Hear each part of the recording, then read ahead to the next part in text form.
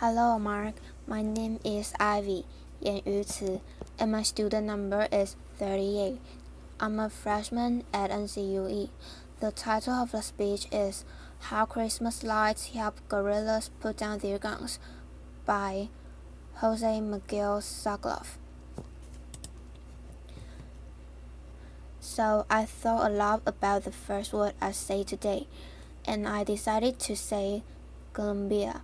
And the reason, I don't know how many of you have visited Colombia, but Colombia is just north of the border of Brazil. It's a beautiful country with extraordinary people, like me and others, laughter, and is populated with incredible faunas, flora. It's got water. It's got everything to be the perfect place. But we have a few problems. You may have heard of some of them. We have the oldest standing gorillas in the world. It's been around for over 50 years, which means that in my lifetime, I have never lived one day of peace in my country. This gorilla in the main group is the FARC guerrillas, Revolutionary Armed Forces of Colombia. They have financed their way by kidnapping, by extortion, by getting into the drug trade, by illegal mining. There has been terrorism. There have been random bombs, so it's not good. It's not really good. And if you look at the human cost of this war over 50 years, we have had more than 5,700,000 displaced population. It's one of the biggest displaced populations in the world, and this conflict has cost over 220,000 lives. So it's a little bit like the Bolivar wars again. It's a lot of people who have died unnecessarily. We are now in the middle of peace talks, and we've been trying to help resolve this problem peacefully. And as part of that, we decided to try something completely lateral and different: Christmas lights. So, Christmas lights, and you're saying, what the hell is this guy going to talk about? I'm going to talk about gigantic trees that we put in night strategic pathways in the jungle covered with Christmas lights. These trees help us demobilize 331 guerrillas, roughly 5% of the guerrilla force at the time. These trees were lit up at night, and they had a sign beside them that said, "If Christmas can come to the jungle, you can come home." Demobilize. At Christmas, everything is possible. So how do we know these trees worked?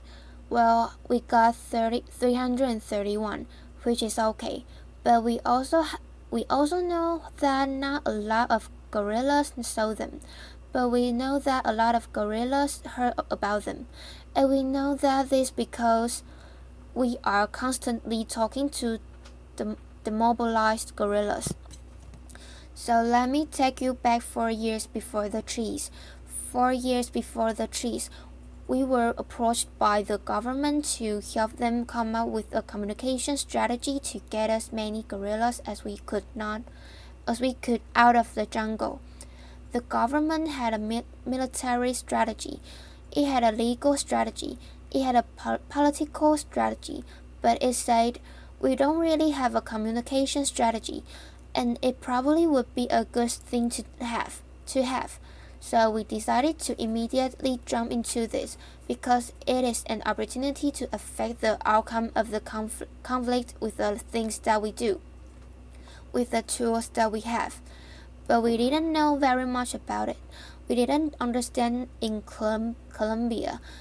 If you live in the cities, you're very far away from where the war is actually happening, so you don't really understand it, and we asked the government to give us access to as many demobilized gorillas as possible. And we talked to about 60 of them before we felt we fully understood the problem. We talked about. They told us why they had joined the gorillas, why they left the gorillas, what their dreams were, what their frustrations were, and from those conversations came the underlying insight that has guided this whole campaign, which is that gorillas are as much prisoners of their organizations as the people they hold hostage. And at the beginning, we were so touched by these stories, we were so amazed about these stories, that we thought that maybe the best way to talk to the gorillas was to have them talk to themselves.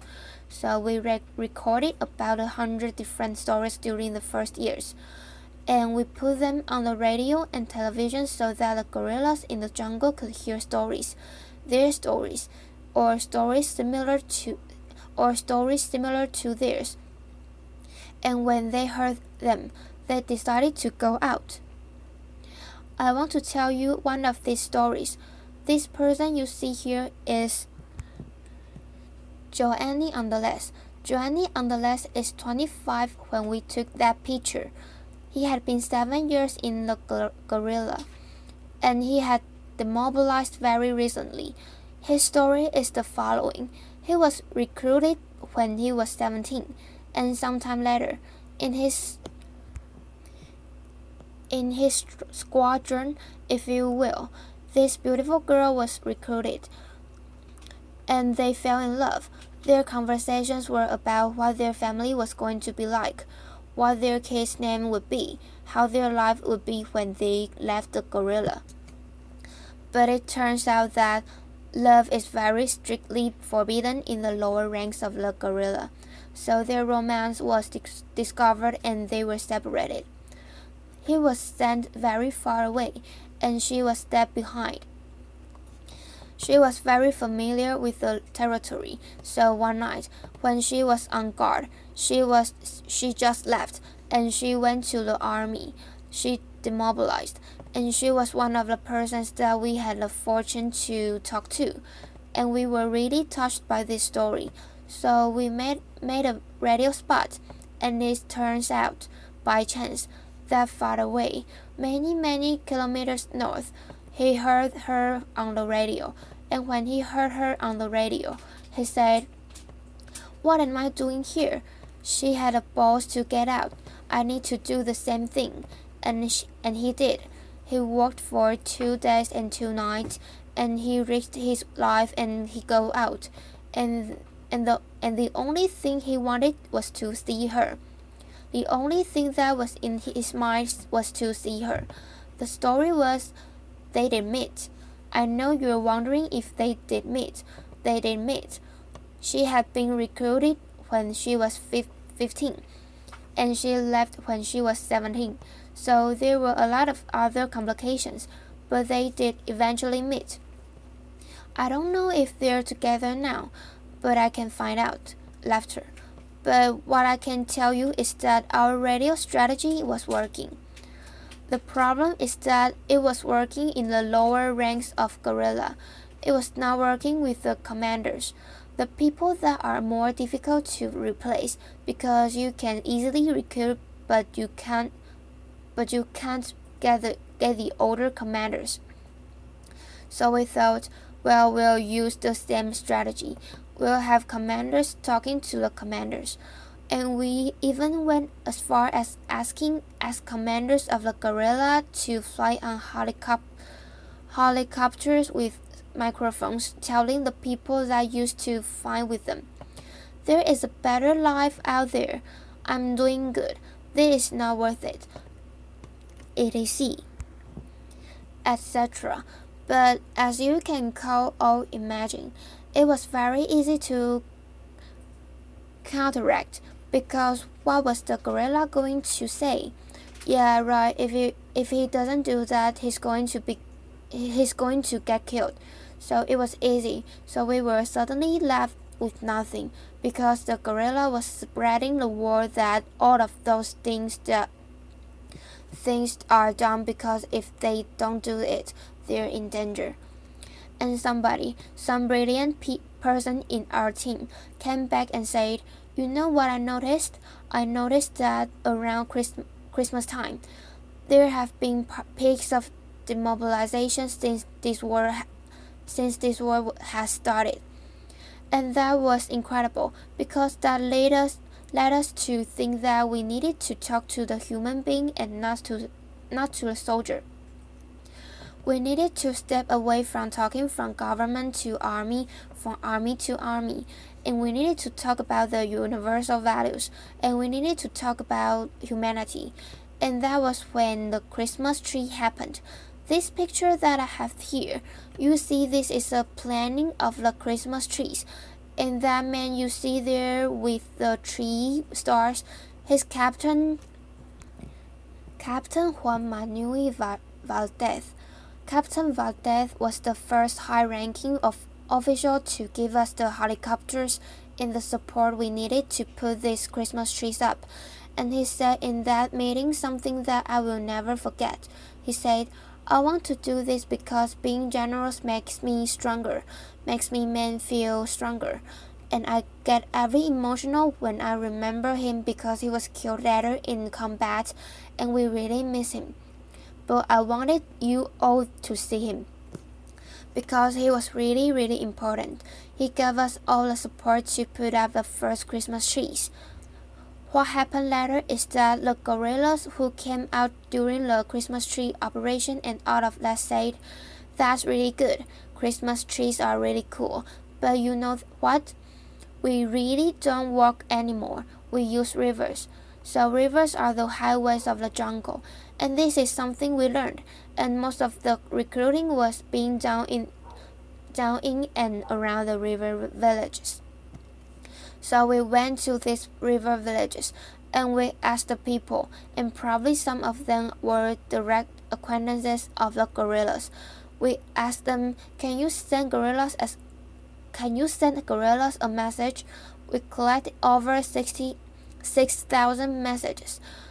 Some of them were notes saying, "Get out." Some of them were toys. Some of them were candy. Even people took off their jewelry, their little crosses and religious things, and put them in these floating boats that we sent down in the rivers, then sent down the rivers so that they could pick it up at night. And we sent thousands of these down the rivers, and then picked them up later if they weren't. But lots of them were picked up. This generated, on average, a demobilization every 6 hours. So this was incredible, and it was about come home at Christmas. Then came the peace process, and when the peace process started, the whole mindset of the guerrilla changed, and it changed because it makes you think, well, if there's a peace process, this is probably going to be over. At some point I'm going to get out. And their fears completely changed, and their fears were not about, and I'm going to get killed. Their fears were, and I'm going to be rejected. When I get out of this, am I going to be rejected? So the past Christmas, what we did was we asked. We found 27 mothers of gorillas, and we asked them to give us pictures of their children when they only could recognize themselves, so as not to put their lives in danger. And we asked them to give the most motherly message you can get, which is, before you were a gorilla, you were my child, so come home. I'm waiting for you. You can see the pictures there. I'll show you a couple. Applause, thank you. And these pictures were placed in many different places, and a lot of them came back, and it was really, really beautiful. And then we decided to work with society, so we did mothers around Christmas time. Now let's talk about the rest of the people. And you may be aware of this or not, but there was a World Cup this year, and Colombia played really well, and it was a unifying moment for Colombia. And what we did was tell the gorillas, "Come, get out of the jungle. We're saving a place for you." So this was television. This was all different types of media saying, "We are saving a place for you." The soldier here in the commercial says, "I'm saving a place for you right here in this helicopter.